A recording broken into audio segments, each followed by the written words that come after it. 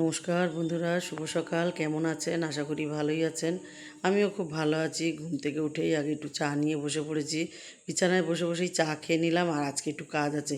এসিতে মোটে ঠান্ডা হচ্ছে না, তাও এইটা না খুলে মাঝে মাঝে পরিষ্কার করতে বলেছে, তা মাঝে মাঝে পরিষ্কার করে দিই। ভীষণ নোংরা পড়েছে, তা উঠেছি যখন এখানে, তার জন্য কী করলাম, একটু ফ্যানটাও পরিষ্কার করে নিলাম এই ফাঁকে। তা ওই নেটটা পরিষ্কার করব তার আগে একটু খেয়ে নিই। এখানে ওই প্রভুজির যে ঝুরি ভাজা আছে ওই একটু নিয়ে রুটি দিয়ে চা দিয়ে খেয়ে এটাকে একটু ধুয়ে ভালো করে পরিষ্কার করে রেখে দিলাম এখানে। এটা রোদ্দুরে দেবো না, এমনি ছাওয়া জায়গায় রাখলাম। প্রথমে এই ঘরটাকে পরিষ্কার করে নেবো। আজকে বেশ রোদ্দুর উঠেছে বন্ধুরা, এই খুদিটা এইখানে দিয়েছি। আর অনেক জামা কাপড় কাচা হয়েছে রাত্রিবেলায়, কালকে সব মেলা রয়েছে, সব শুকিয়েও গেছে। আর এখানে কি করব, মাছটা আগে ঢেলে নেবো। মাছটা এত মাছ লাগবে না, মাছটা রেখে দেবো। কালকেও হবে না মাছ, পরশুদিন করতে হবে। পরশুদিনও হবে না, কারণ পরশুদিন আমরা নিরামিষ খাবো। মাছটা রেখেই দেবো ফ্রিজে। আর কিছু মাছ রান্না করব এখানে। এখানে গরম জল করেছি, ভালো করে ফুটিয়েছি, তারপর লবণ দিলাম। এবার ফুলকপিটা দিয়ে দেবো। ফুলকপি আলু দিয়ে মাছের ঝোল করব।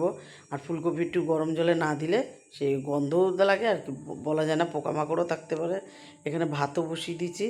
ফুলকপিটা নামিয়ে দিয়ে এখানে একটুখানি তেল দিয়ে, সর্ষে দিয়ে, শুকনো লঙ্কা দিয়ে দিয়ে দিলাম ফোড়ন।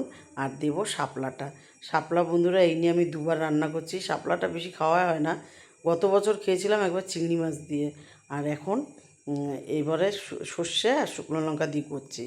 ভাতটাও হয়ে গেছে, নামিয়ে দেবো। এবারে মাছটাও ভেজে নেবো তাড়াতাড়ি করে।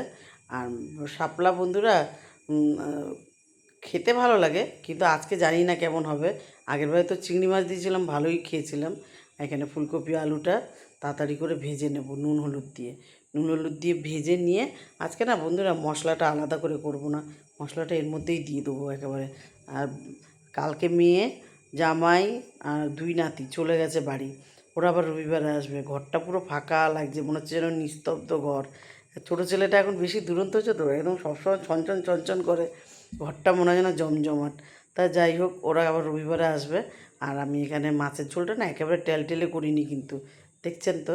আর মাছের ঝোলের কালারটাও দারুণ এসেছে। আজকে একটু গুঁড়ো লঙ্কা দিয়েছিলাম, আজকে আর কাঁচা লঙ্কা দিইনি। আর একটু ঠান্ডায় ছাই গরম মশলা দেবো। আর এখানে দেখেন তাড়াতাড়ি করে আমি মটরটা চালিয়ে খাওয়ার জল ভরে নিলাম।